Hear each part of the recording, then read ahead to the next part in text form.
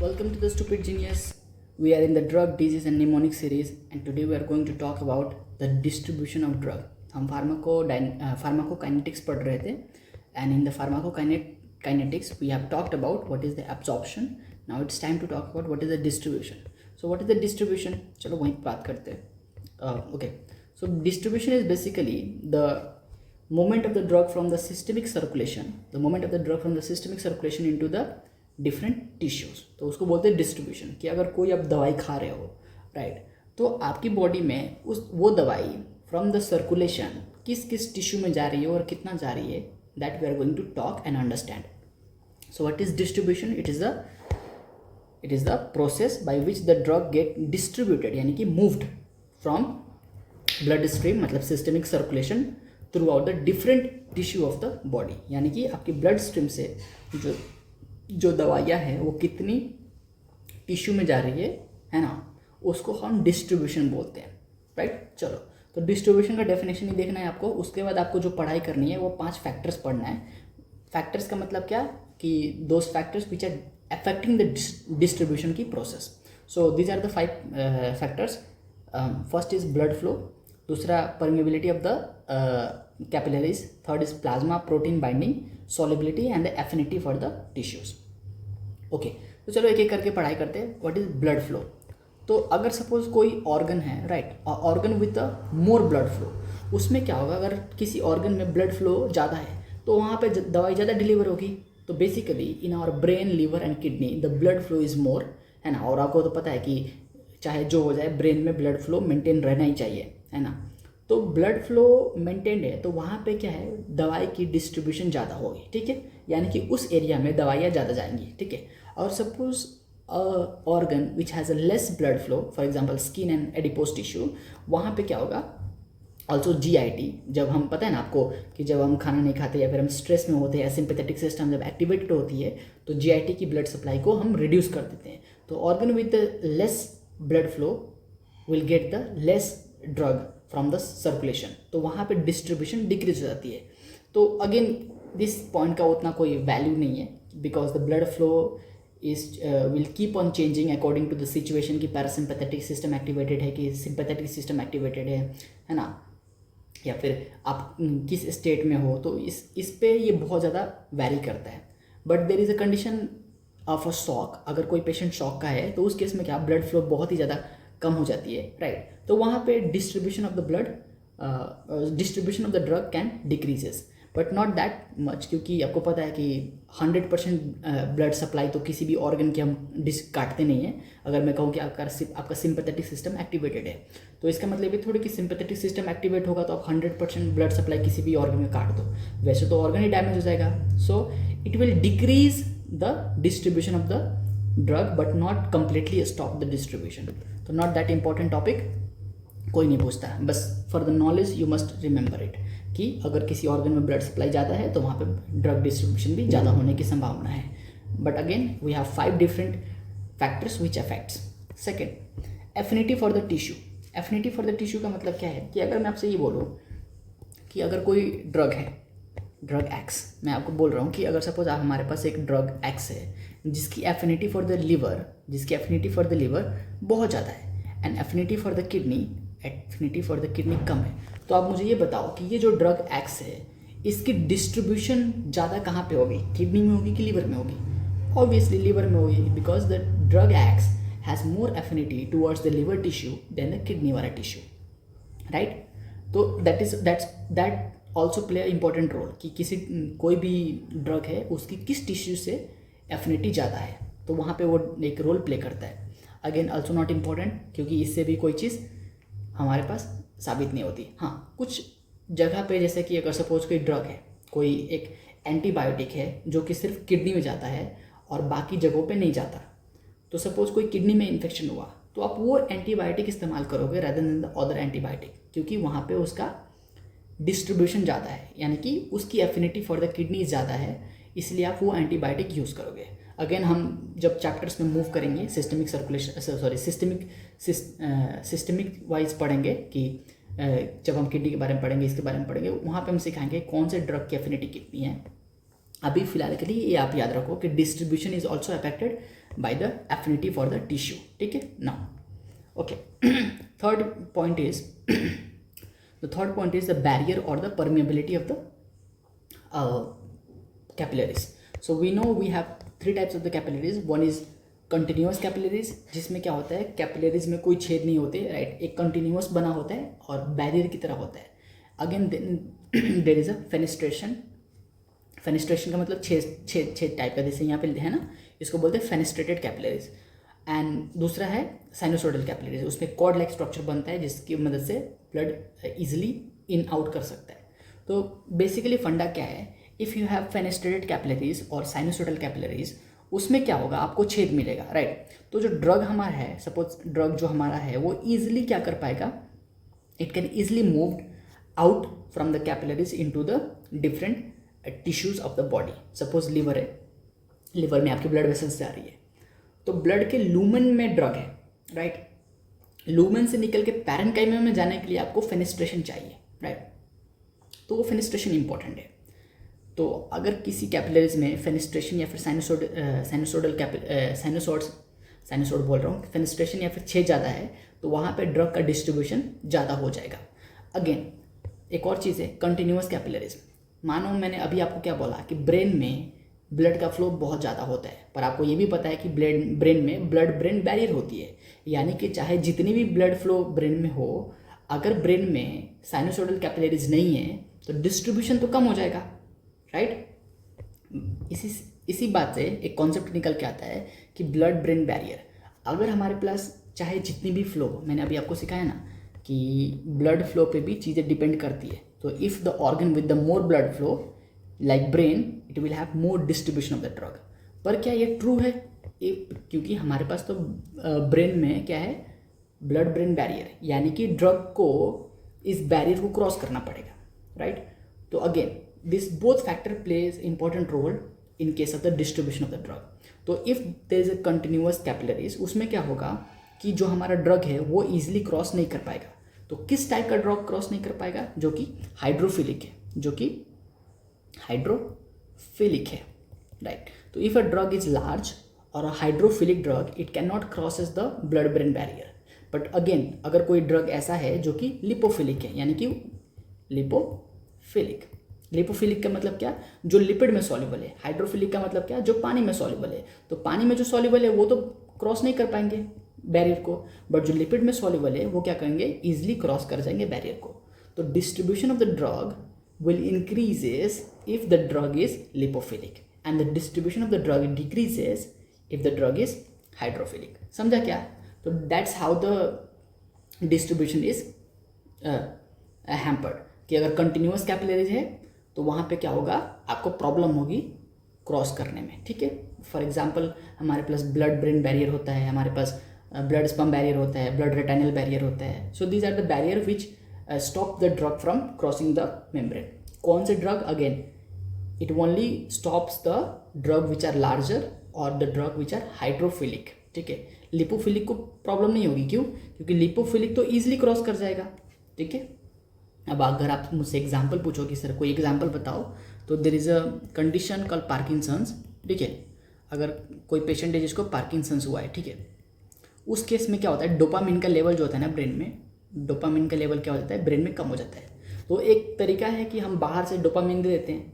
तो बाहर से जब आप डोपामिन देते हो ना, तो क्या होता है कि डोपामिन इस मेम्ब्रेन को क्रॉस नहीं कर पाता. तो बाहर से डोपामिन देने का कोई फ़ायदा नहीं है. बट अगेन अगर आप बाहर से लीवोडोपा देते हो, तो लीवोडोपा क्या करता है, ये ईजिली इस मेम्ब्रेन को क्रॉस कर जाएगा, राइट. तो ईजिली इस मेम्ब्रेन को क्रॉस कर गया और ब्लड ब्रेन में जाके वो क्या करेगा, वापस डोपामिन बना देता है. तो can you see what is the importance of understanding the continuous capillaries और ब्लड ब्रेन बैरियर. कि अगर हम कोई दवाई देते हैं जो कि ब्लड ब्रेन बैरियर को क्रॉस नहीं कर पाएगा, तो उसका कोई इंपॉर्टेंस नहीं है ब्रेन में देने का. पर अगेन कोई दवाई ऐसी है जो ब्लड ब्रेन बैरियर को क्रॉस कर जाती है, तो ब्रेन पैरेन्काइमा में कोई इन्फेक्शन है, तो उस केस में हम वो दवाई दे सकते हैं, ठीक है. ना वी अंडरस्टूड दिस. चलो, तो हमने क्या क्या पढ़ लिया, हमने ये सारी चीज़ें पढ़ ली कि ब्लड फ्लो पे कैसे डिपेंड करता है, बैरियर पे कैसे डिपेंड करता है, solubility and affinity for the tissue पे कैसे डिपेंड करता है. तो ये 4 छोटी मोटी बातें थी जिससे मिला जुला के हम कहते हैं कि ब्लड में से ड्रग डिस्ट्रीब्यूशन होने के ये 4 फैक्टर्स है। सबसे मोस्ट इंपॉर्टेंट जो आपसे सवाल पूछा जाएगा वो पूछा जाएगा प्लाज्मा प्रोटीन बाइंडिंग के ऊपर। सर ये प्लाज्मा प्रोटीन बाइंडिंग क्या है अभी समझाते हैं आपको, ठीक है। तो दिस इज मोस्ट इंपॉर्टेंट। अच्छा, सॉलिबिलिटी वाला जो मैंने था ना यहाँ पे लिखा है, मैंने आपको समझा दिया है कि solubility of the drug is directly proportional to the distribution. But किस चीज़ में solubility? Solubility in the lipid, ठीक है। जैसे स्मॉल ड्रग्स एंड हाइड्रोफोबिक और लिपोफिलिक, दोनों बातें सेम ही है। अगर हाइड्रोफोबिक लिखा है यानी कि लिपोफिलिक होगा, ठीक है। तो drugs which are small and lipophilic they easily crosses the membrane, basically the barrier membrane, thus they have the high volume of distribution, यानी कि वो ज़्यादा डिस्ट्रीब्यूट होंगे। चलो, तो आपको समझ आ गया ये 4 point. Now let's talk about the plasma protein binding. मैं इतनी जल्दी क्यों मूव कर रहा हूँ? Because this are not important, बस आपको एक कॉन्सेप्ट दिमाग में होना चाहिए कि हाँ ऐसा ऐसा होता है करके, ठीक है। आप समझ ही गए होंगे। सबसे इंपॉर्टेंट ज़्यादा ये है plasma protein binding. Now come to the plasma protein binding. अच्छा, अगर मैं आपसे ये बोलूँ कि जो आपकी दवाई है, सर क्या बोल रहे हो कि सपोज़ ये हमारा सर्कुलेशन है, ठीक है। अरे यार, ये हमारी वेसल्स है। वेसल्स में सपोज आपका ये एल्बुमिन है, क्या ये एल्बुमिन, और आपने कोई दवाई खा ली, आपने कोई क्या करी दवाई, सपोज ये खा ली, तो अब ये दवाई प्लाज्मा में फ्रीली मूव कर सकती है, पहली बात।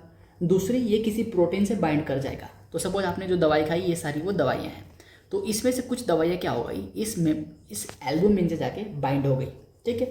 तो दिस दवाई और this drugs are getting bound to the albumin, ठीक है। तो ये है प्लाज्मा प्रोटीन बाइंडिंग, यानी कि प्लाज्मा में कुछ प्रोटीन्स है, राइट, और उसमें दवाइयाँ जाके क्या कर रही है, बाइंड कर रही है। तो सर कौन कौन सी दवाइयाँ है और कहाँ पे बाइंड करती है? तो again there are 2 types of the drug, acidic drug and the basic drug. क्या बोल रहे हो? There are 2 types of drug, acidic drug and the basic drug. So the acidic drug will bind to the albumin and the basic drug will bind to the alpha 1 acid glycoproteins, ठीक है। ये basic drug इससे bind नहीं करेगा, acid drug इससे bind नहीं करेगा। Acidic drug will only binds to the albumin protein and basic drug will only binds to the alpha 1 acid glycoprotein, ठीक है। और लास्ट लेक्चर में मैंने आपको ये भी सिखाया था कि आप एसिडिक ड्रग के एग्जाम्पल याद कर लो, बेसिक ड्रग के एग्जाम्पल याद कर लो। तो एसिडिक ड्रग में तो वही 3-4 पहले तो दर्द की दवाई याद कर लो, कौन कौन सी। एक ये एस्पिरिन हो गया, आइबुप्रोफिन, नेप्रोक्सिन। ये एस्पिरिन हम हार्ट अटैक के पेशेंट में भी देते हैं as a anti platelet drug, ठीक है। उसके बाद बारबिटूरेट, जिसको हम CNS वाले चैप्टर में अच्छे से पढ़ेंगे। मिथोट्रेक्सेट एंटी कैंसरस ड्रग होता है। उसके बाद हम इसको अर्थराइटिस के पेशेंट में भी देते हैं। देन वारफरिन, अगेन कोगुलेशन वाले पेशेंट में देते हैं। और उसके बाद है हमारा फोरोसमाइड, अगेन हार्ट वाले इज़ अ डायूरेटिक्स, जिसमें हार्ट वाले पेशेंट को देते हैं, ठीक है ना। किस पेशेंट में क्या देते हैं अभी आपको याद नहीं करना, अभी आपको सिर्फ नाम याद करना है। तो these are the drug which are acidic in nature, तो this will bound to the albumin. Again basic drug का एग्जांपल बताया था, लिग्नोकेन, कोडिन, मॉर्फिन, है ना। बोला था कि आप याद करो, ये सारी चीज़ें आपको बाद में काम आएगी। So these are the basic drug. तो this will bind to the alpha 1 acid glycoprotein. अब आते हैं हम अपने कॉन्सेप्ट के ऊपर। तो मैंने आपको ये बोला कि जो आपने ये दवाई खाई है वो एल्बुमिन से क्या हो गया, आके बाइंड हो गया। तो ये कौन सी टाइप की दवाई होगी? Basically yes, this is the acidic drug. So this acidic drug is getting bound to the albumin protein. अब ये बाइंडिंग की वजह से जो हमारा ड्रग है ना, उसका डिस्ट्रीब्यूशन क्या होता है, उसमें प्रॉब्लम आती है। अब मुझे सुनो, क्या अब मुझे ये बताओ, क्या albumin, does this albumin crosses the capillaries and goes into the tissue? क्या ऐसा कुछ होता है क्या? मैं आपसे ये पूछ रहा हूँ सॉरी, कि जो ये एल्बुमिन है क्या ये टिश्यू में जाता है क्या? टिश्यू में जाता है क्या? नहीं सर, एल्बुमिन तो क्या होता है, सर्कुलेट करता है इन आवर सर्कुलेटरी सिस्टम, यानी कि ये ब्लड में ही रहता है। तो अब मुझे ये बताओ कि जो आपने दवाई खाई है, ये वाली जो आपने दवाई खाई है, ये ग्रीन वाली, तो जब ये बाइंड नहीं हुआ है एल्बुमिन से, तो this will easily crosses the tissue and goes into the this will easily cross the ये membrane of the blood vessels and goes into the tissue. पर जब ये एल्बुमिन से बाइंड हो जाएगा, जब ये एल्बुमिन से बाइंड हो जाएगा, तो can this complex will cross the membrane? नहीं, तो ये कैपिलरी से बाहर नहीं निकल पाते। इसका मतलब ये है कि अगर आपने जो दवाई खाई है, अगर वो प्लाज्मा प्रोटीन से बाइंड हो गया तो उसकी डिस्ट्रीब्यूशन कम हो जाएगी। क्या बोल रहे हो सर? इसकी डिस्ट्रीब्यूशन कम हो जाएगी, यानी कि अब ये सर्कुलेशन को लीव नहीं कर सकता। समझे? ये सर्कुलेशन को लीव नहीं कर सकता। एक और चीज़, remember this state is always in the equilibrium. क्या बोल रहे हो सर? मैं ये बोल रहा हूँ आपसे कि जो आपने दवाई खाई है ग्रीन वाली, ठीक है, और जो हमारा एल्बुमिन है, इन दोनों के बीच में क्या होता है? एक इक्विलिब्रियम की स्टेट होती है। इक्विलिब्रियम का स्टेट का मतलब क्या? कि ऐसा कुछ स्टेट होता है, ठीक है। तो ये हमारा ड्रग, ये हमारा एल्बुमिन और ये इक्विलिब्रियम का स्टेट, यानी कि कुछ दवाई ऐसे होंगे जो हमेशा एल्बुमिन से बाइंड करके रहेंगे और कुछ दवाई ऐसे होंगे जो हमेशा फ्री रहेंगे। तो जो ये फ्री वाली दवाइयाँ हैं, this will be the active form of the drug,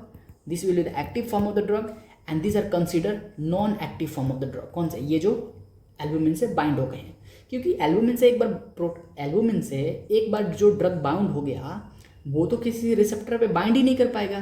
तो अगर ये किसी रिसेप्टर पे बाइंड ही नहीं कर पाएगा तो ये अपना एक्शन कैसे दिखाएगा? समझे?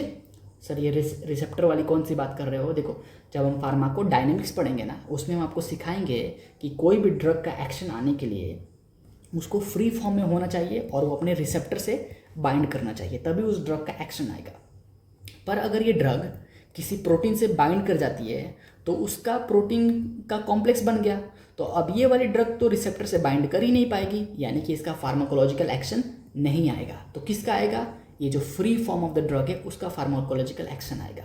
तो आपको तो मैंने 2 पॉइंट समझाए। कौन से? कि जो हमारा ड्रग है it will always bind to a protein in the plasma, not always but most of the drug will bound to a protein in the plasma. चाहे वो एसिडिक ड्रग हो, चाहे वो बेसिक ड्रग हो, वो अपने अपने प्रोटीन से बाइंड करते हैं। And after getting bound to a plasma protein it will become inactive. क्यों? क्योंकि ये दूसरे रिसेप्टर से बाइंड नहीं कर पाएंगे, तो इनका फार्माकोलॉजिकल एक्शन नहीं आएगा। तो किसका आएगा? इसका आएगा। अब एक और कॉन्सेप्ट, तो अगर सपोज सर कि आप ये बोल रहे हो कि ये ड्रग एक्टिव है, तो सपोज ये ड्रग गया और किसी रिसेप्टर पे बाइंड हो गया, यानी कि यहाँ से तो ये ड्रग गायब हो गया। तो अब क्या होगा? तो again this is the state of equilibrium, यानी कि अगर आपने यहाँ से कोई भी कॉन्सेंट्रेशन किसी भी ड्रग की कम की तो ये रिएक्शन इधर की तरफ शिफ्ट कर जाएगी, यहाँ यानी कि यहाँ से कुछ मॉलिक्यूल्स फ्री हो जाएंगे। तो अगेन हमारे पास एक्स्ट्रा दवाई आ जाएगी जो कि इधर बाउंड थी, यानी कि आपने यहाँ से कॉन्सेंट्रेशन कम किया तो यहाँ से ये रिएक्शन शिफ्ट होके फ्री फॉर्म की कॉन्सेंट्रेशन बढ़ा देगी। अगेन ली शैटरलियर प्रिंसिपल, ठीक है। चलो नाउ अब मैं आपको कॉन्सेप्ट की तरफ लेके चलता हूँ। सारी बातें जो मैंने लिखी पढ़ी है, जो मुझे समझाना था मैंने समझा दिया। अब एक एक करके हम समझते हैं कि व्हाट इज़ द इम्पोर्टेंस, कि व्हाट इज़ द, किधर गया वो, what is the importance of binding to the plasma protein, ठीक है। अभी देखो यहाँ पे एक और चीज़ जो मैंने आपको समझाया ना, उसको आपको एक बार और दिखाता हूँ। ये क्या है? ये free form of the drug है। तो देखो, this drug can move easily from vessels to the organ, यानी कि जो ड्रग आपका फ्री है ये वाला, this drug can easily move from vessels into the organ, right. पर यहाँ पे देखो, एल्बुमिन के साथ मैंने बाउंड कराया है, राइट। तो this drug complex it can not, these are the basically bound to the albumin, now not available for crossing the membrane, क्योंकि ये कॉम्प्लेक्स बड़ा हो गया, और ये कॉम्प्लेक्स वेसल्स को क्रॉस नहीं कर पाएगा, तो it can not cross vessels, ठीक है। यानी कि ये ड्रग अब क्रॉस नहीं कर पाएगा। अच्छा, एक और कॉन्सेप्ट देखो, फिर से वही बात, ये जो क्या है बाउंडेड है और ये क्या है फ्री है। तो देखो, this is the free form of the drug, यानी कि जो ड्रग हमारे पास फ्री है उसका क्या होगा? फार्माकोलॉजिकल एक्शन आएगा, यानी कि pharmacologically active form of the drug है। तो pharmacologically inactive form of the drug कौन सा है? दिस, जो कि प्लाज्मा प्रोटीन से बाउंड है ना।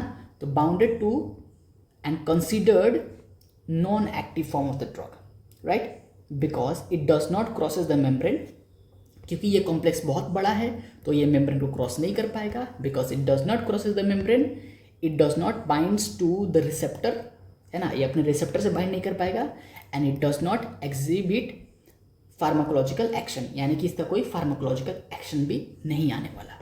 सो दीज आर द कॉन्सेप्ट जो कि आपको समझना था। Now let's talk about what is the importance for the binding to the plasma protein.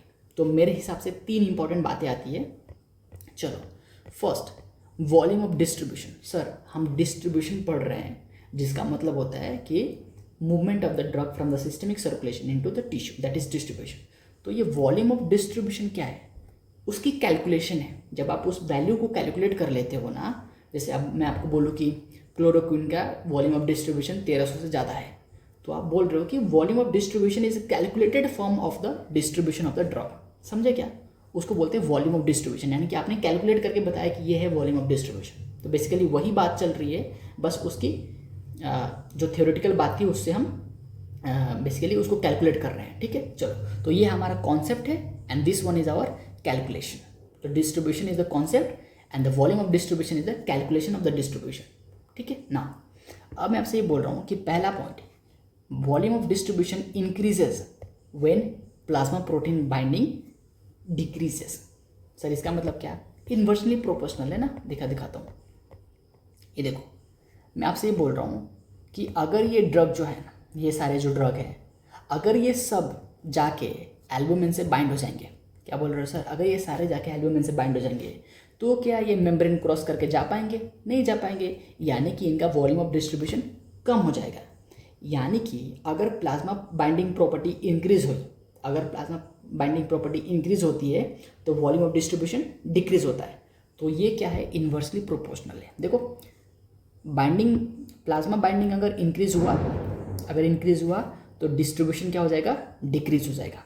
अब फिर उल्टा सोचो, अगर binding of the drug decrease हुआ तो वॉल्यूम ऑफ डिस्ट्रीब्यूशन क्या हो जाएगा? इंक्रीज हो जाएगा। कैसे सर? देखो, अगर सपोज ये ड्रग है, अगर इससे बाइंड नहीं कर पाती तो ये फ्री है ना इजिली मूव करने के लिए। अगर ये बाइंड हो जाएगी तो ये फ्री नहीं है इजिली मूव करने के लिए, बट अगर ये बाउंड नहीं होती तो इजिली मूव करने के लिए फ्री है। तो that's why if the binding of the drug increases, the volume of the drug decreases, and if the binding property of the drug decreases, the volume of the distribution increases। ठीक है, चलो, तो पहला property तो ये हो गया, importance, है ना। पहली इंपॉर्टेंट बात तो ये हो गई कि volume of the distribution is inversely proportional to the plasma binding property of the drug. ठीक है, ये वाली स्टेटमेंट आप याद रखना। If the volume of distribution increases, है ना, plasma protein binding property decreases. पर ये उल्टा बोलना है आपको, समझे? क्योंकि ड्रग की प्रॉपर्टी के हिसाब से हमें डिफाइन करना है कि वॉल्यूम ऑफ डिस्ट्रीब्यूशन कैसा होगा। सपोज आपने एक नई ड्रग बनाई जिसका नाम है ड्रग एक्स, और इस ड्रग एक्स की बाइंडिंग प्लाज्मा बाइंडिंग प्रॉपर्टी बहुत ज़्यादा है। अगर कोई आपने ड्रग बनाई ड्रग एक्स और इसकी प्लाज्मा बाइंडिंग प्रॉपर्टी बहुत ज़्यादा है, तो वो तो एल्बुमिन से बाइंड कर जाएगा, तो वो दूसरे टिश्यू में जा ही नहीं पाएगा, यानी कि उसकी वॉल्यूम ऑफ डिस्ट्रीब्यूशन बहुत ही कम हो जाएगी। समझे क्या ना? चलो, दूसरा इंपॉर्टेंट पॉइंट है displacement interaction of the drug. इसका मतलब क्या? देखो, अगर 2 ड्रग आप लेते हो, सपोज कोई पेशेंट है जिसको आपको 2 दवाइयाँ देनी है, ठीक है, और उन दवाइयों में कंपटीशन होगा कि कौन सा दवाई एल्बुमिन से बाइंड करेगा।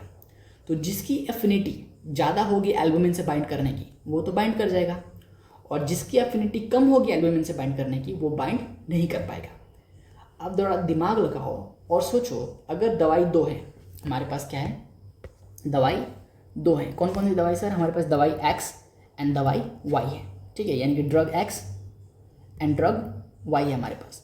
और जो ड्रग एक्स है उसकी बाइंडिंग कैपेसिटी बहुत ज़्यादा है, प्लाज्मा प्रोटीन से बाइंडिंग कैपेसिटी बहुत ज़्यादा है, और जो दवाई वाई है हमारे पास उसकी बाइंडिंग कैपेसिटी थोड़ी सी कम है। तो कौन बाइंड करेगा? हमारा ड्रग एक्स विल बाइंड, ठीक है, और हमारा drug Y will not bind. यानी कि आप मुझे ये बताओ, फ्री प्लाज्मा कॉन्सेंट्रेशन किसकी ज़्यादा होगी?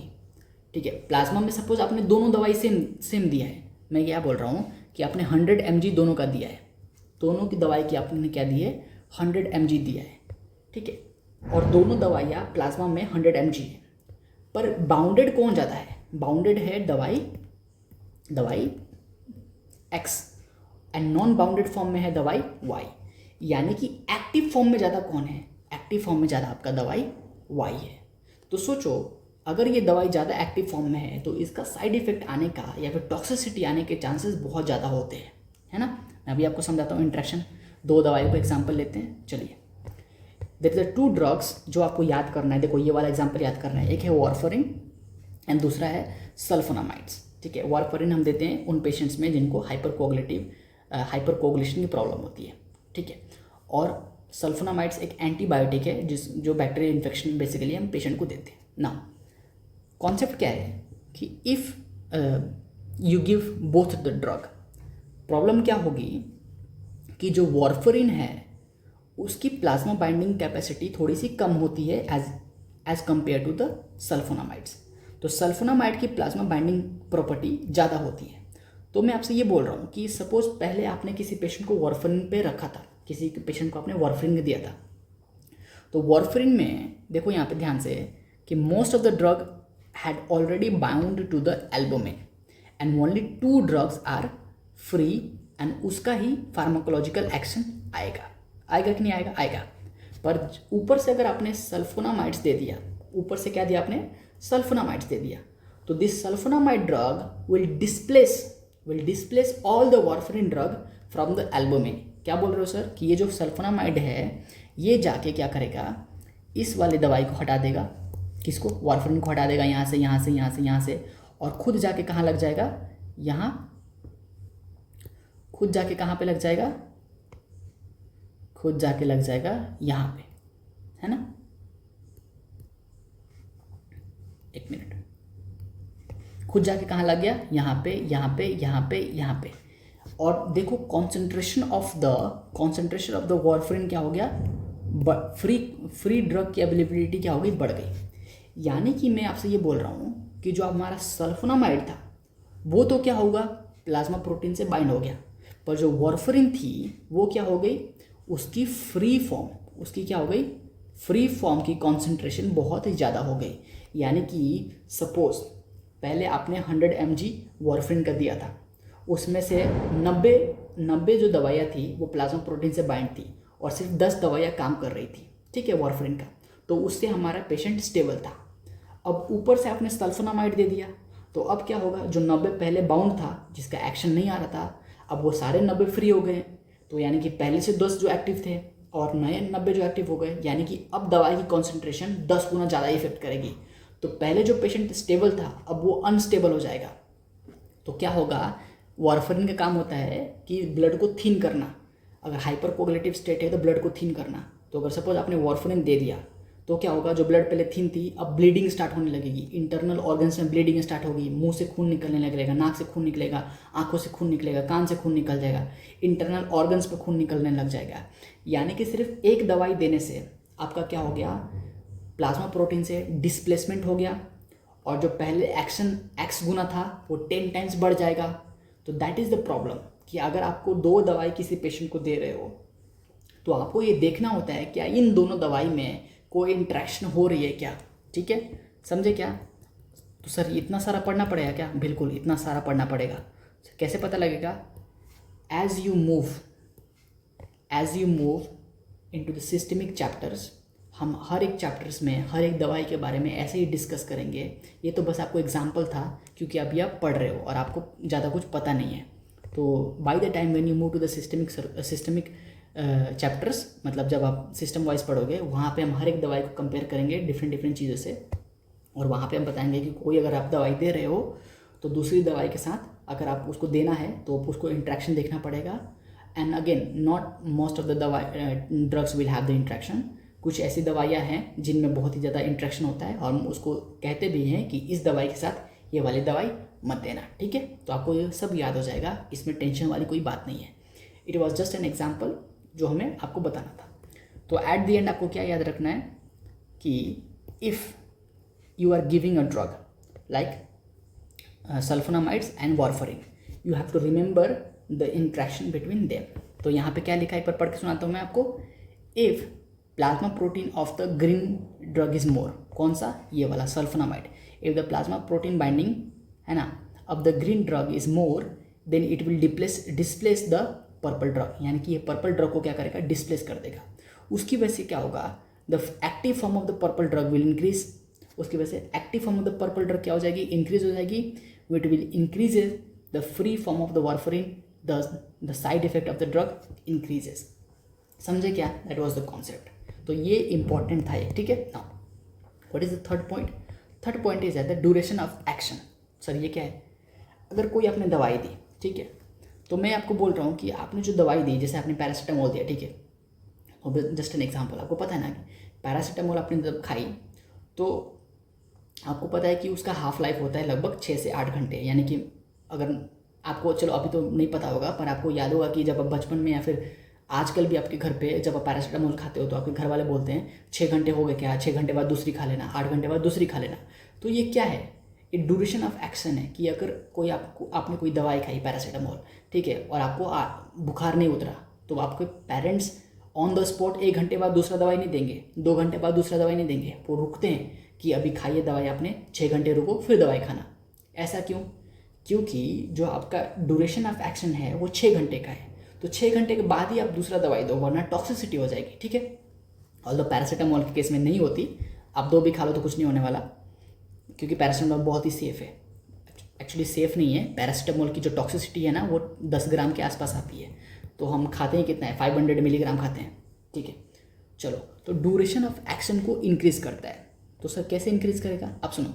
अभी मैंने आपको बताया इक्विलिब्रियम स्टेट के बारे में कि सपोज ये ड्रग है ना, और ये हमारा पास एल्बुमिन है, तो ये ग्रीन वाली ड्रग हो गई हमारे पास और दूसरी वाली एल्बुमिन हो गई, और ये दोनों को अगर हम जोड़ेंगे, इन दोनों को हम जोड़ देंगे तो एक इक्विलिब्रियम वाली स्टेट आएगी। कौन सी स्टेट सर, इक्विलिब्रियम वाली स्टेट आएगी, है ना। तो इसमें से जो ये ग्रीन वाली ड्रग है, राइट, तो दिस ग्रीन वाली drug can easily move out from the membrane, और ये इसका फार्माकोलॉजिकल एक्शन आएगा। तो जैसे ये कैपिलरी से बाहर निकलता है, ये रिएक्शन इधर की तरफ शिफ्ट होगा और अगेन एक और ग्रीन वाली दवाई बन जाएगी। तो कैन यू सी कि ये प्लाज्मा प्रोटीन बाइंडिंग की जो कैपेसिटी है एक ड्रग की, it will allow the drug to stay in the lumen of the vessels. क्या बोल रहे हो सर, अगर कोई ड्रग किसी प्लाज्मा प्रोटीन से बाइंड हो जाती है तो यानी कि वो इसको सर्कुलेशन में से बाहर नहीं जाने देगा, यानी कि धीरे धीरे धीरे धीरे करके ये रिएक्शन इधर की तरफ शिफ्ट होगी और धीरे धीरे क्या होगा, ड्रग की डिस्ट्रीब्यूशन होगी।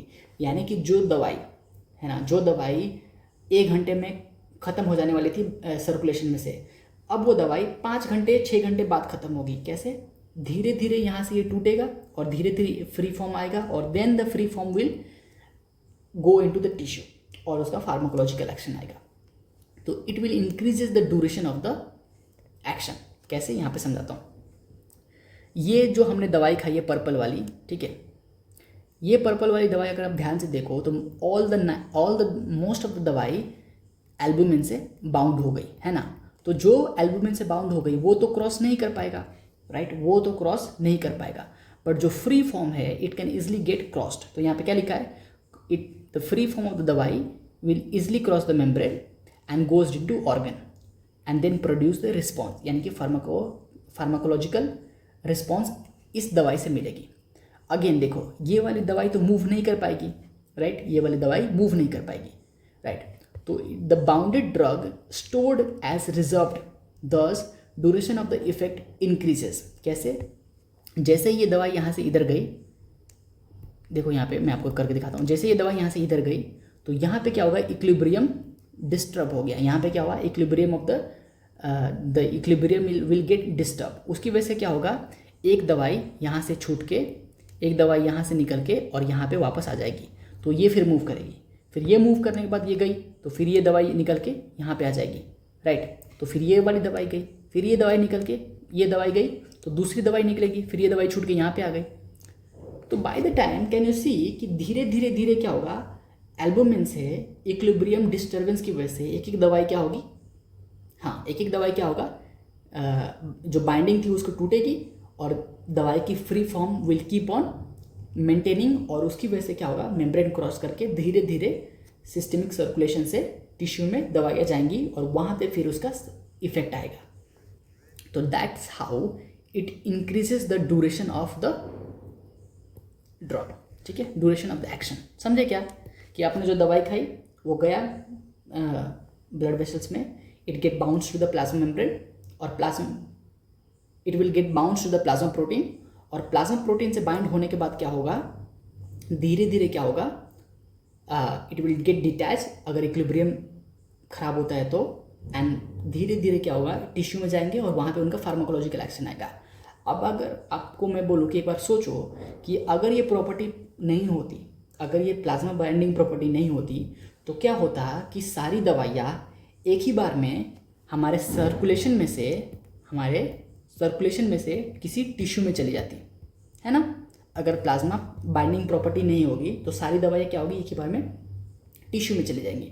तो वहाँ पे ड्यूरेशन जो एक्शन है ना, ड्यूरेशन का वो कम हो जाएगा। सपोज आपने कोई दवाई खाई है ना, और वो आपके सर्कुलेशन में आया और वो दवाई सारी 1 घंटे में ही क्या हो गई, आपके टिश्यू में आ गई है ना, सारी 1 घंटे में क्या हो गई, आपके टिश्यू में आ गई।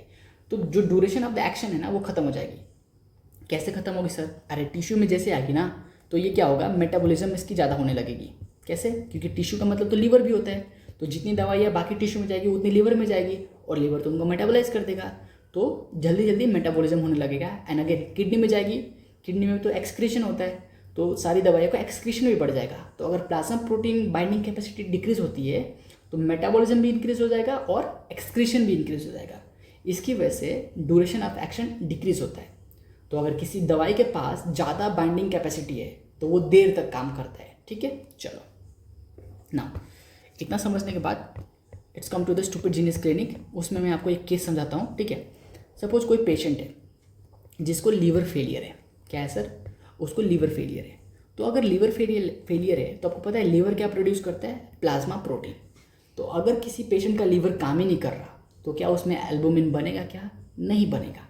यानी कि in case of the liver failure there will be the decrease concentration of the plasma protein in the circulation.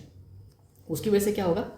It will decrease is the drug binding, क्योंकि प्लाज्मा प्रोटीन है ही नहीं, यानी कि एल्बुमिन तो है ही नहीं, तो बाइंड किससे करेगा? नहीं होगी बाइंड। यानी कि the free form of the drug will increase, that will cause the drug toxicity. आपको एग्जांपल दूं, सपोज आपको दवाई खानी है कोई एक, ठीक है, सपोज कोई एंटीबायोटिक खानी है, तो आप उसकी 100 mg की टैबलेट लेते हो, है ना। जब आपका लीवर सही है तो वो 100 mg की टैबलेट्स में से क्या हुआ, 90 mg तो किससे बाइंड हो गया? लीवर के प्रोटीन से बाइंड हो गया, और 10 mg जो बाकी है वो अपना फार्माकोलॉजिकल एक्शन दे रहा है। पर सपोज किसी पेशेंट का लीवर ही खराब है तो आपने वही दवाई अगर 100 mg वाली खा ली तो 90 mg बाइंड होने के लिए कोई चीज़ ही नहीं है। यानी कि अब सर्कुलेशन में आपके पास 10 mg नहीं है, अब सर्कुलेशन में आपके पास पूरा कितना है? 100 mg। तो that will cause the toxicity of the drug. तो लीवर के पेशेंट में बेसिकली हम ड्रग को एडजस्ट करते हैं। ये हम आपको प्रैक्टिकल्स में सिखाएंगे। When you go to your college and you do your practicals, उसमें आपको ड्रग डोजिंग के बारे में सिखाएंगे, किस पेशेंट को कैसे ड्रग डोज करना है, राइट। वहाँ पे ये सब कैलकुलेशन आप सीखोगे। चलो now another patient with the chronic kidney disease. If a patient is coming with the chronic kidney disease, आपको पता है किडनी डिजीज में क्या होता है कि जो हमारा ग्लोमेरुलस है उसमें क्या होती है? वाइडनिंग हो जाती है, उसकी वजह से लॉस ऑफ द एल्बुमिन होता है। मैं नेफ्रोटिक सिंड्रोम की बात कर रहा हूँ मैं। So if there is a nephrotic syndrome there will be the loss of the protein, है ना, प्लाज्मा प्रोटीन। और प्लाज्मा प्रोटीन मेन कौन है? Albumin. So if there is a loss of albumin from the kidney into the urine, that is called nephrotic syndrome. अब same वही problem हो जाएगी जो हमने लिवर में डिस्कस की थी कि हमारे सर्कुलेशन में से प्लाज्मा प्रोटीन बॉडी से बाहर जा रहे हैं, है ना। तो concentration of the plasma protein in the circulating system will decreases and the drug toxicity will increase. क्यों? क्योंकि प्लाज्मा प्रोटीन तो है ही नहीं ताकि उनको बाइंड कर पाए ना। चलो, तो एक सवाल ये भी बनता है कि सर अगर सपोज इस केस में सपोज कोई लीवर का पेशेंट है या फिर किडनी का पेशेंट है और हमने उसको ड्रग टॉक्सिसिटी कर दी, मतलब हमने उसको ज़्यादा दवाई दे दी, ठीक है। कोई पेशेंट है जिसका लीवर खराब है या फिर किडनी खराब है या फिर कोई ऐसी प्रॉब्लम है, या फिर हमने गलती से किसी पेशेंट को ज़्यादा अमाउंट में दवाई दे दी, यानी कि उसको क्या हो गया? ड्रग टॉक्सिसिटी, है ना। तो क्या आप उसको डायलिसिस से मैनेज कर पाओगे? मुझे आप ये बताओ कि किसी पेशेंट में आपने दवाई ज़्यादा दे दी, राइट, तो आप सोच रहे हो कि अब तो उसकी सर्कुलेशन में दवाई बहुत ज़्यादा हो गई है, तो क्या मैं उसको डायलिसिस करके ठीक कर पाऊँगा? हाँ, कर पाओगे, but not in all cases. There are only few drugs which can be cured by doing the dialysis. Sir कैसे? So these are the examples. पहले आप एग्जाम्पल्स याद कर लो. तो मेरा आंसर है yes, for only few cases. Example क्या है? नाइनटॉल, एस्पिरिन एंड लिथियम. याद करने का पहले तरीका बताता हूँ, फिर कॉन्सेप्ट समझाता हूँ. ठीक है, तो आप याद करोगे या तो माल याद कर लो या फिर MLA याद कर लो. और MLA याद करोगे तो आसानी से याद हो जाएगा. तो जस्ट रिमेंबर MLA. और ऐसा MLA जो कि पियक्कड़ है ना, दारू पीता है, तो इथेनॉल की जगह मेथनॉल याद करो. तो MLA का M से हो गया मेथनॉल. और जो हमारा MLA है उसको डिप्रेशन भी है, तो डिप्रेशन के लिए लिथियम वाली दवाई. सर ये क्या बात कर रहे हो, लिथियम थोड़ी होती है दवाई? बिल्कुल, lithium is very important drug which can be used in the bipolar disorder and the depression. तो लिथियम हो गया हमारे पास. और जो हमारा MLA है उसको हार्ट की प्रॉब्लम भी है. जो हमारा MLA है उसको हार्ट अटैक की प्रॉब्लम भी है, तो हम उसको क्या देंगे? एंटीप्लेटलेट ड्रग, जिसको हम बोलते हैं aspirin. So these are the 3 drugs which can be whose toxicity, these are the 3 drugs जिनकी टॉक्सिसिटी को हम मैनेज कर सकते हैं बाय डूइंग द डायलिसिस. ठीक है, तो सर बाकी चीज़ों की टॉक्सिसिटी में हम डायलिसिस क्यों नहीं कर पाते? क्योंकि it requires low volume of distribution. Sir low volume of distribution का मतलब क्या है? लो वॉल्यूम ऑफ डिस्ट्रीब्यूशन का मतलब ये है कि जो सारी दवाइयाँ हैं पहले तो आपके ब्लड में होनी चाहिए, है ना. अगर किसी दवाई की हाई वॉल्यूम ऑफ डिस्ट्रीब्यूशन हो गई, यानी कि वो दवाई तो सारी टिश्यू में चली गई है, तो डायलिसिस करने का कोई फ़ायदा ही नहीं है, क्योंकि सारी दवाई तो टिश्यू में चली गई. तो किसकी डायलिसिस करोगे? Second, it requires low binding property, यानी कि अगर कोई दवाई आपने दी है और वो प्लाज्मा प्रोटीन से बाइंड हो गई, तो डायलिसिस में आप प्लाज्मा प्रोटीन को थोड़ी निकालोगे. डायलिसिस में तो आप बाकी केमिकल्स निकालते हो ना, वो मॉलिक्यूल्स, छोटे मॉलिक्यूल्स, या फिर बाहर की फॉरेन कंपोनेंट्स निकालते हो. प्रोटीन तो नहीं निकालते डायलिसिस में. तो अगर कोई ड्रग है जो कि प्लाज्मा प्रोटीन से बाउंड कर जाती है, तो उस केस में डायलिसिस करने का कोई फ़ायदा नहीं है. क्यों? क्योंकि डायलिसिस में हम प्रोटीन को बाहर नहीं निकालते हैं. सो अगर ये 2 केसेस हैं, पहला केसेस अगर हाई वॉल्यूम ऑफ डिस्ट्रीब्यूशन है, किसी दवाई की वॉल्यूम ऑफ डिस्ट्रीब्यूशन बहुत ज़्यादा है, जैसे क्लोरोक्विन, उसकी टॉक्सिसिटी में डायलिसिस करने का कोई फ़ायदा नहीं है. अगेन, अगर कोई ड्रग है जिसकी हाई प्लाज्मा प्रोटीन बाइंडिंग है, उस केसेस में भी, जैसे कि सल्फोनामाइड्स की प्लाज्मा प्रोटीन बाइंडिंग कैपेसिटी बहुत ज़्यादा है, तो उस केस में भी डायलिसिस करने का कोई फ़ायदा नहीं होता. तो आपको low volume of the distribution चाहिए, यानी कि सारा ड्रग प्लाज्मा में होना चाहिए. दूसरा, प्लाज्मा में होने के बाद भी आपको जो ड्रग है वो प्लाज्मा प्रोटीन से बाइंड नहीं होना चाहिए. तो ये 2 क्राइटेरिया अगर फुलफिल होती है, तभी आप क्या कर पाओगे? डायलिसिस कर पाओगे और टॉक्सिसिटी ऑफ द ड्रग को मैनेज कर पाओगे. ठीक है. सो सर ये तो बहुत बड़ी प्रॉब्लम हो जाएगी. तो हम देखो, इतनी भी प्रॉब्लम नहीं होती, क्योंकि we have also a lot of the techniques, है ना, एंटीडोट्स, या फिर क्या बोलते हैं उसको, और तरीके हैं हमें टॉक्सिसिटी मैनेज करने के. So we will see when we move into different chapters. ठीक है, चलो नाउ वॉल्यूम ऑफ डिस्ट्रीब्यूशन.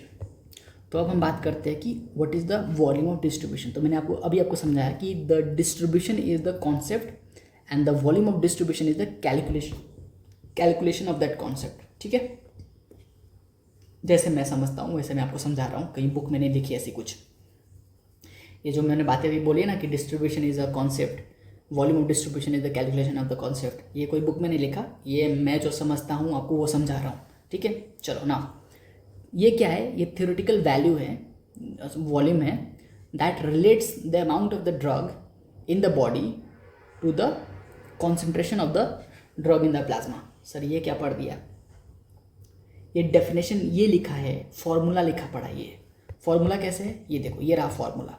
तो how to calculate the volume of distribution? बहुत आसान है. कितना दवाई दिया डिवाइडेड बाय कितना प्लाज्मा कॉन्सेंट्रेशन है. ये चीज़ याद रख लो, आपके प्रैक्टिकल्स में क्वेश्चन आते हैं तो वहाँ पे आपको ये बनाना होता है, और बहुत आसान है. डायरेक्ट क्वेश्चन आता है कि वॉल्यूम ऑफ डिस्ट्रीब्यूशन कैलकुलेट करो, तो बहुत आसान है. पहला क्या करना है? ड्रग गिवन का मतलब कितना दवाई आपने पेशेंट को दिया. दूसरा, divided by plasma concentration of that drug. अब इसको समझाने के लिए मुझे क्या करना पड़ेगा? आपको एकदम खतरनाक लेवल पे एक कैलकुलेशन करके दिखानी पड़ेगी. ठीक है, चलो करते हैं। तो यहाँ देखो, मैं अपनी वीडियो थोड़ी देर के लिए बंद कर रहा हूँ, एकदम कॉन्सेंट्रेट करके देखना। ओके, तो सपोज़ मैं आपको ये बोल रहा हूँ कि अगर आपने कोई ड्रग दिया, drug X to a patient, जिसकी आपने डोज दी, डोज कितना है, डोज है 500 मिलीग्राम, ठीक है, डोज है 500 मिलीग्राम। पर मैं आपको ये बोल रहा हूँ कि जो हमारा ये ड्रग एक्स है ना, इसकी वॉल्यूम ऑफ डिस्ट्रीब्यूशन बहुत ही कम है। वॉल्यूम ऑफ डिस्ट्रीब्यूशन क्या है, बहुत ही कम है, यानी कि ये वाली जो दवाई है वो सिर्फ ब्लड वेसल्स में रहेगी, only present in blood vessels, only present in blood vessels. यानी कि इसका वॉल्यूम ऑफ डिस्ट्रीब्यूशन, आप दिमाग लगाओ क्या है ये वॉल्यूम ऑफ डिस्ट्रीब्यूशन का मतलब क्या होता है, जो दवाई आपने दी है वो कहाँ कहाँ डिस्ट्रीब्यूट हुई है। तो ये जो चीज़ें लिखी पड़ी है इतनी सारी, यही सब पढ़ के मुझे ये बताओ कि इसका वॉल्यूम ऑफ डिस्ट्रीब्यूशन कितना होना चाहिए आपके हिसाब से। हाँ, 5 लीटर। कैसे, सपोज़ आपने ड्रग की क्या बोले हम कि जो वॉल्यूम ऑफ डिस्ट्रीब्यूशन है वो बहुत ही कम है, और कम है, it only presents in the blood vessels. और ब्लड वेसल्स में हमारे पास कितना ब्लड होता है, ब्लड कितना होता है हमारे पास, अप्रॉक्सीमेटली 5 लीटर के आसपास। यानी कि जो आपने ड्रग दी है, जो आपने पेशेंट को ड्रग एक्स दिया है, वो तो ब्लड वेसल्स को छोड़ के कहीं गया ही नहीं, यानी कि वो सिर्फ ब्लड में ही है। तो उसका डिस्ट्रीब्यूशन कितना हो जाएगा, 5 लीटर। समझे क्या? अब सुनो, अगर मैं वहीं आपसे एक और बात कहूँ कि हमारे पास एक ड्रग वाई है, हमारे पास एक ड्रग वाई है, और ये आपने पेशेंट को दिया, अगेन डोज कितना दिया, 500 मिलीग्राम, ठीक है। पर जो ये ड्रग वाई है ये ब्लड वेसल्स में तो प्रेजेंट है ही, ये ब्लड वेसल्स में तो प्रेजेंट है ही, ये प्लस आपका लीवर में भी जाके एक्यूमुलेट होता है, ठीक है। तो अगर मैं बोलूँ कि हमारे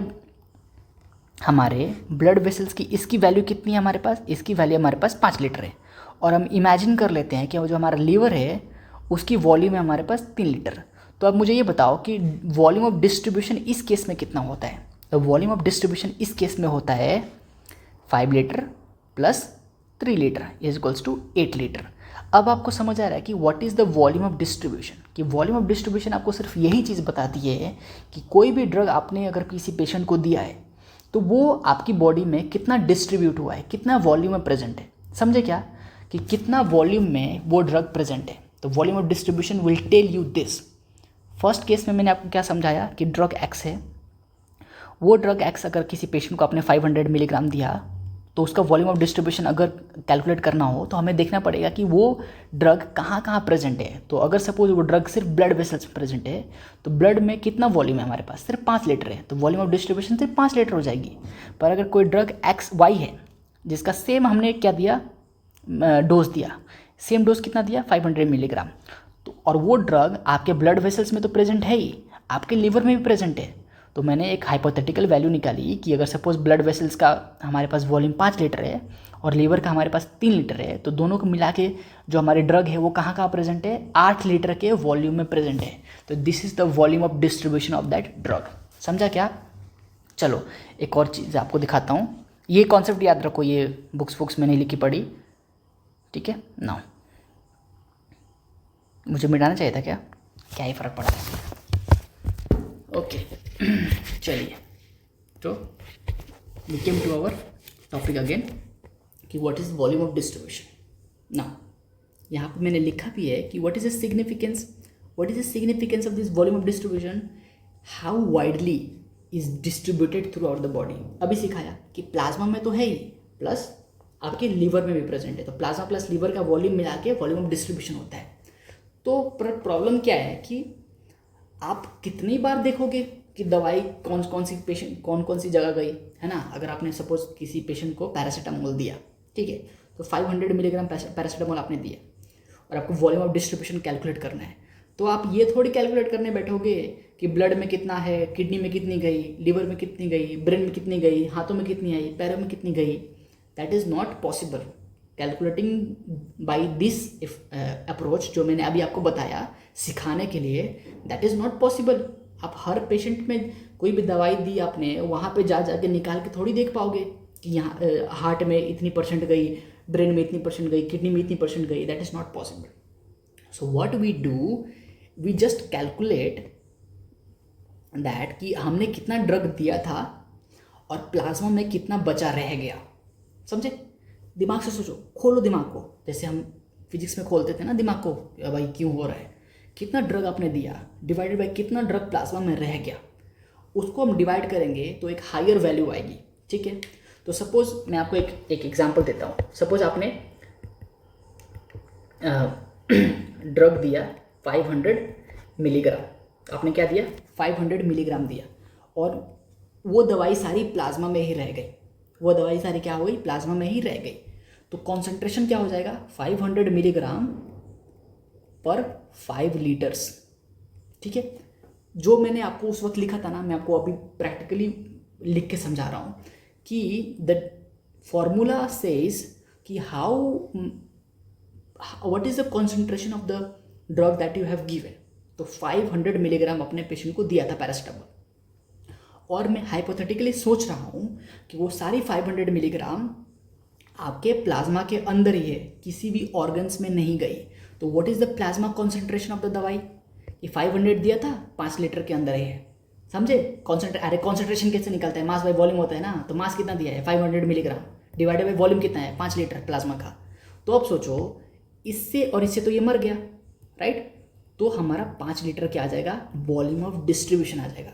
अब सोचो, मैंने दोनों दवाई एक्स और वाई में 500 मिलीग्राम लिखा था, पर मैंने वहाँ पे कोई चीज़ इस्तेमाल नहीं की थी।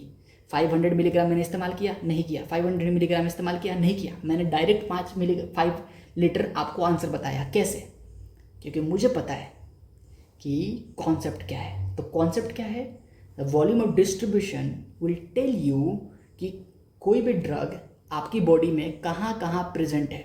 ठीक है, तो मैंने आपको एग्जाम्पल में ही बताया कि वॉल्यूम ऑफ डिस्ट्रीब्यूशन बताता है कि कहाँ कहाँ प्रेजेंट है, और मैंने आपको क्वेश्चन में ये बताया कि सिर्फ प्लाज्मा में प्रेजेंट है।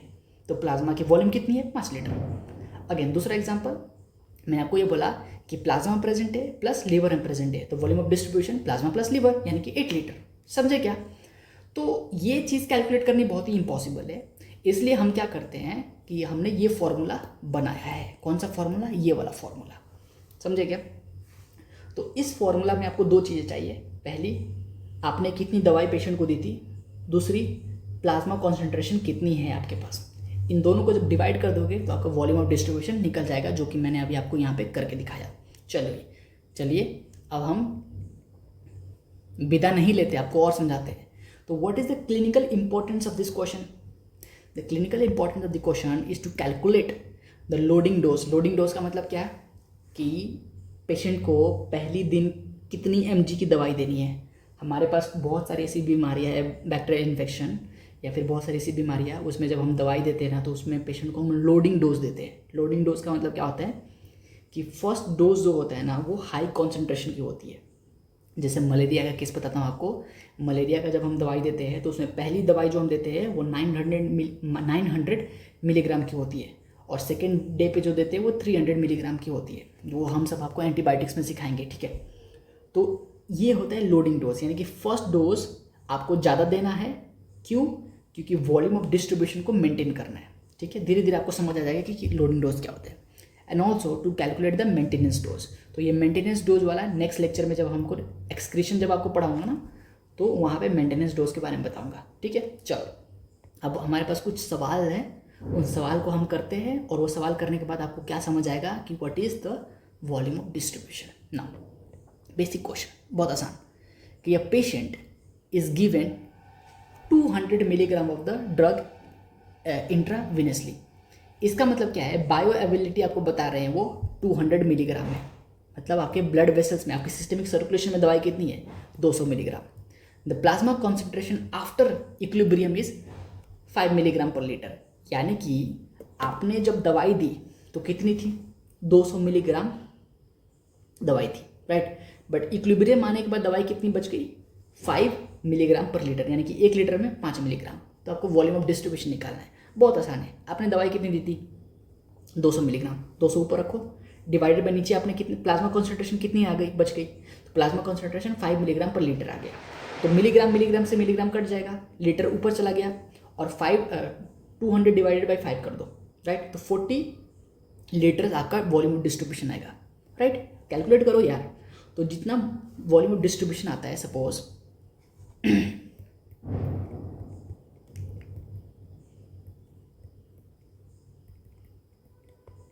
40 लीटर्स, तो ये आपको इसका मतलब समझ आया कि ये 40 लीटर्स क्या लिखा पड़ा है। What is a 40 litres?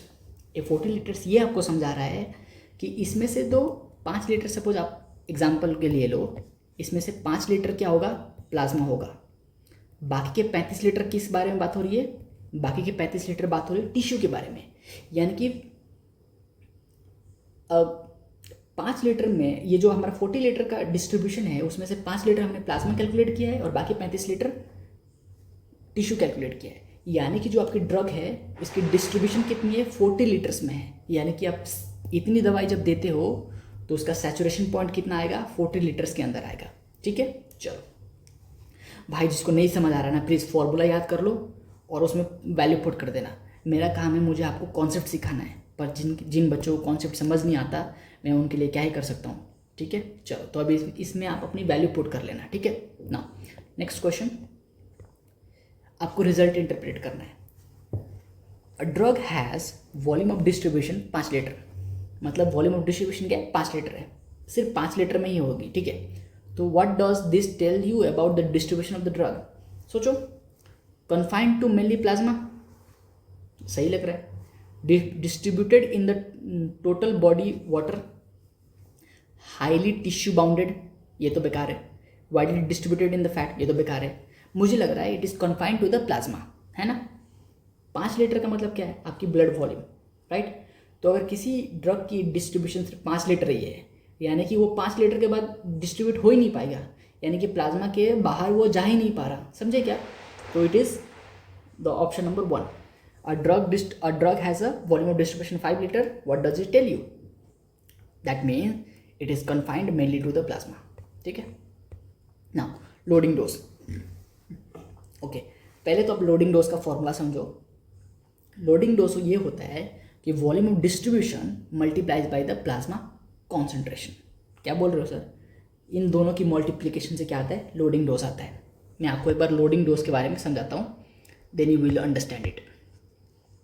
अगर सपोज कोई drug, if there is a drug X, ठीक है, जो कि आपकी ये सपोज ये ब्लड वेसल्स है, ये क्या है, ये है ब्लड वेसल्स। ठीक है, यहाँ पे इसकी कॉन्सेंट्रेशन 200 मिलीग्राम चाहिए। क्या चाहिए इसकी कॉन्सेंट्रेशन? चलो 20 मिलीग्राम लिख दिया तो लिख दिया। 20 मिलीग्राम इसकी कॉन्सेंट्रेशन चाहिए, 20 milligram per litre, to kill a bacteria, to kill a bacteria जो कि आपके ब्लड में इन्फेक्शन कर रहा है। ठीक है, तो ये ड्रग जो एक्स है, ये ड्रग एक्स आपने पेशेंट को दिया, तो मैं बोलूँगा कि आपको कितनी दवाई देनी है, आपको कितनी चाहिए, 20 मिलीग्राम पर लीटर चाहिए। तो आप कितनी दवाई दोगे, बताओ बताओ। चलो, तो उसको कैलकुलेट करने के लिए आपको ये फॉर्मूला लगाना पड़ेगा, ये लोडिंग डोज वाला फॉर्मूला। सिखाता हूँ कैसे। उससे पहले ये सोचो, आपने सपोज पेशेंट को 100 मिलीग्राम दवाई दे दी, तो 100 मिलीग्राम डिवाइडेड बाई आपका प्लाज्मा जो कि 5 लीटर है। ठीक है, तो ये कितना आएगा, 20 मिलीग्राम पर लीटर आ गया। तो आप बोलोगे सर 100 मिलीग्राम उसको दे देते। अगर हम उसको 100 मिलीग्राम दे देंगे तो क्या होगा, 20 मिलीग्राम पर लीटर आपका प्लाज्मा कॉन्सेंट्रेशन आ गया, उसकी वजह से बैक्टीरिया मर जाएगा। वेरी गुड, बहुत अच्छे। आपने ये समझ लिया कि अगर कोई दवाई ही इतनी कॉन्सेंट्रेशन में देनी है ना, तो आप उसको ऐसे कैलकुलेट करके प्लाज्मा कॉन्सेंट्रेशन कैलकुलेट करके निकालोगे। पर इसमें एक सवाल आता है कि ये तो ट्रू तब है ना जब वॉल्यूम ऑफ डिस्ट्रीब्यूशन सिर्फ 5 लीटर हो, वॉल्यूम ऑफ डिस्ट्रीब्यूशन सिर्फ 5 लीटर हो, राइट। क्या पता ये जो हमारा ड्रग है इसकी वॉल्यूम ऑफ डिस्ट्रीब्यूशन बहुत ज़्यादा हो, यानी कि ये किसी टिश्यू में जाके बैठ जाता हो। फॉर एग्जांपल, अगर ये एक्स दवाई है और ये लीवर में चला गया, ये लीवर में चला गया और वहाँ पे जाके एक्यूमुलेट होने लगा सपोज, तो उस केस में तो आपका ये प्लाज्मा कॉन्सेंट्रेशन ड्रॉप हो जाएगा, क्योंकि सारी दवाई कहाँ चली गई, लीवर में चली गई, राइट। लीवर में जाके एक्यूमुलेट हो गई। तो इसीलिए हम क्या कहते हैं, हम लोडिंग डोज कैलकुलेट करते हैं। क्या कैलकुलेट करते हैं हम, लोडिंग डोज। उसमें क्या होता है, जो दवाइयाँ प्लाज्मा को छोड़ के, जो दवाइयाँ प्लाज्मा को छोड़ के कहीं और जा रही है उसको भी हम उसमें इंक्लूड कर देते हैं। तो देखो प्लाज्मा कॉन्सेंट्रेशन कितना चाहिए मल्टीप्लाई बाय कितना डिस्ट्रीब्यूशन है, यानी कि हमें प्लाज्मा में रिक्वायर कॉन्सेंट्रेशन कितना चाहिए वो आ गया। दूसरी बात हमें टिश्यू में जो हमारा लॉस हो रहा है वो आ गया। अब उल्टी तरह से सोचो, कोई बीमारी ऐसी है जो आपको टिश्यू में दवाइयाँ भेजनी है, तो देखो यहाँ पर टिश्यू वाला आ गया एंड प्लाज्मा वाला आ गया। तो दोनों की जब मल्टीप्लिकेशन होती है तो उसको बोलते हैं हम लोडिंग डोज। समझा क्या, उसको बोलते हैं हम लोडिंग डोज। अब सुनो, तो आपको इन दोनों को मल्टीप्लाई करना है। एक और चीज़ क्या है चलो क्या वो बाद में समझाएंगे, मैं आपको अभी कैलकुलेशन दिखा देता हूँ। तो कैलकुलेशन क्या है, क्वेश्चन ये लिखा पड़ा है कि a patient needs plasma concentration of 10 milligram per litre of a drug with a volume of distribution 40 liter, what is loading dose, what should be given assuming 100% bioavailability। मतलब किसी पेशेंट को हमें कितना चाहिए प्लाज्मा कॉन्सेंट्रेशन 10 मिलीग्राम और उसका volume of distribution 40 है, तो लोडिंग डोज निकालो। दोनों को मल्टीप्लाई करके लोडिंग डोज निकलता है। ठीक है, प्लाज्मा कॉन्सेंट्रेशन कितना है 10, वॉल्यूम ऑफ डिस्ट्रीब्यूशन कितना है 40 लीटर्स, दोनों को मल्टीप्लाई करो 400 मिलीग्राम लोडिंग डोज आ जाएगा। ठीक है, तो आपको पहली दवाई देनी है कितनी 400 मिलीग्राम। अब सोचो सेम सवाल मैंने आपसे क्या पूछा, मैंने आपसे पूछा कि प्लाज्मा कॉन्सेंट्रेशन कितना चाहिए किसी बैक्टीरिया को मारने के लिए, तो 10 मिलीग्राम, पर आप दे कितना रहे हो 400 मिलीग्राम, है ना, 400 मिलीग्राम आप दे रहे हो। तो आप सोच रहे हो कि आपको चाहिए 10 मिलीग्राम ही, पर आपको देना पड़ रहा है 400 milligram just to initiate the action. ऐसा क्यों हुआ सर?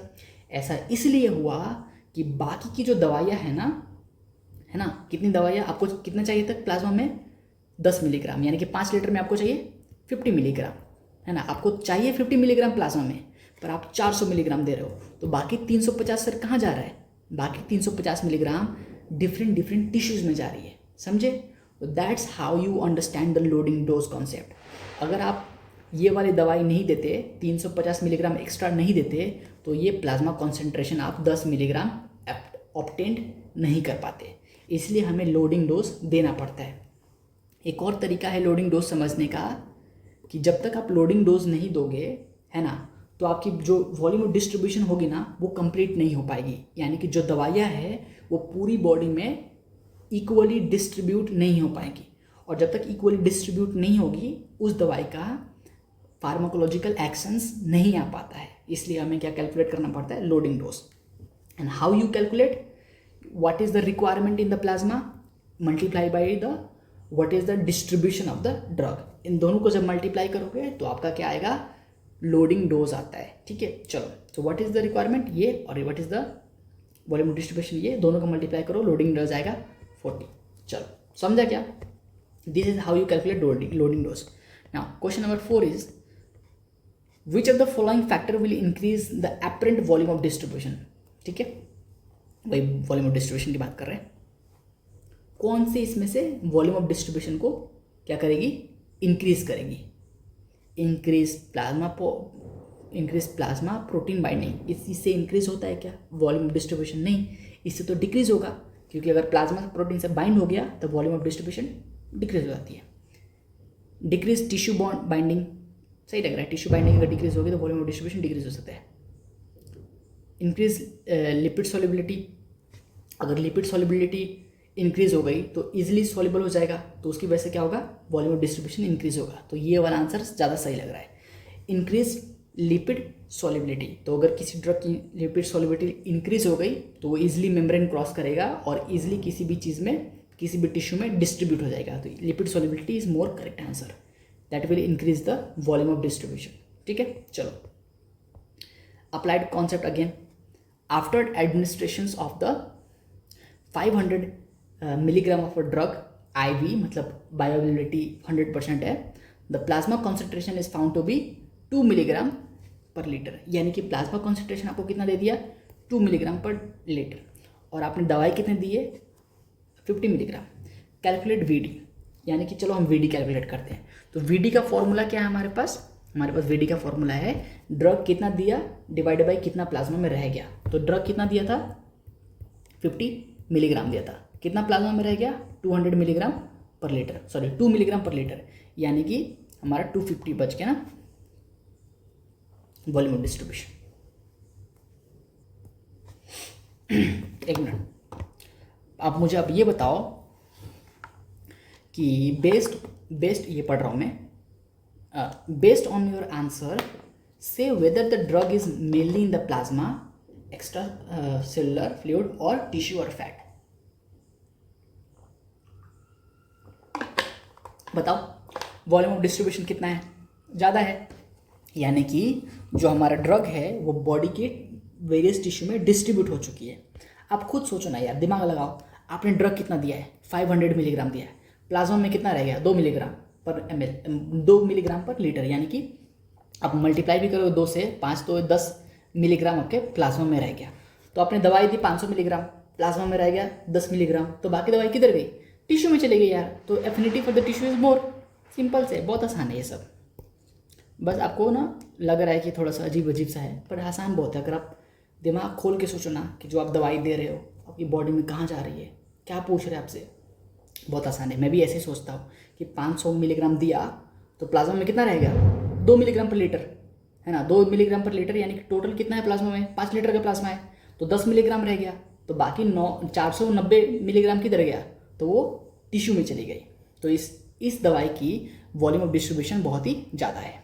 ठीक है, एक लास्ट सवाल कर लेते हैं कि लास्ट सवाल क्या है कि a drug A has a volume of distribution 8 litre, मतलब 8 लीटर उसके पास वॉल्यूम ऑफ डिस्ट्रीब्यूशन है, and drug B has a volume of distribution is 70 litre. तो ए का वॉल्यूम ऑफ डिस्ट्रीब्यूशन क्या है? कम है। बी का वॉल्यूम ऑफ डिस्ट्रीब्यूशन बहुत ज़्यादा है। ठीक है, if both given in equal dose, यानी कि दोनों दवाई अगर इक्वल डोज में देते हैं, which drug will have higher plasma concentration? यार तुम ही बताओ, जिसकी वॉल्यूम ऑफ डिस्ट्रीब्यूशन बहुत ज़्यादा है तो वो टिश्यू में डिस्ट्रीब्यूट हो जाएगी, तो प्लाज्मा कॉन्सेंट्रेशन उसका कम हो जाएगा। पर जिसकी वॉल्यूम ऑफ डिस्ट्रीब्यूशन कम है वो प्लाज्मा में रहेगा, तो उसकी प्लाज्मा कॉन्सेंट्रेशन ज़्यादा होगी। तो किसकी ज़्यादा होगी? ऑब्वियसली जो कि ए है, तो ए की प्लाज्मा कॉन्सेंट्रेशन ज़्यादा होगी। क्यों? इन्वर्सली प्रोपोर्शनल है ना। देखो ये रहा हमारा फॉर्मूला, ये काटेंगे, इन्वर्सली प्रोपोर्शनल प्लाज्मा कॉन्सेंट्रेशन, तो जिसकी वॉल्यूम ऑफ डिस्ट्रीब्यूशन कम है उसका प्लाज्मा कॉन्सेंट्रेशन ज़्यादा होगा, यानी कि आंसर विल बी ए। अच्छा एक और रह गया है ना, तो इस सवाल का जवाब आप दो मुझे इन दो कमेंट सेक्शन। ठीक है, कमेंट करो कि क्या है इसका आंसर। और एक और चीज़ बोल रहा हूँ, एक एक घंटे 10 मिनट का लेक्चर होता है, तो उस केस में क्या होता है कि बोल बोल के गला दर्द होता है, तो बीच बीच में मैं रुकता हूँ, तो इसका मतलब ये नहीं कि मैं कुछ सोच रहा हूँ या हकला रहा हूँ, गला दर्द होने लगता है, तो उस केस में मुझे जोड़ लगा के बोलना होता है। आप किसी को पढ़ा के देख लो 1 घंटे, आपको समझ आएगा कि कितना मुश्किल होता है। ठीक है, तो चलो बाय।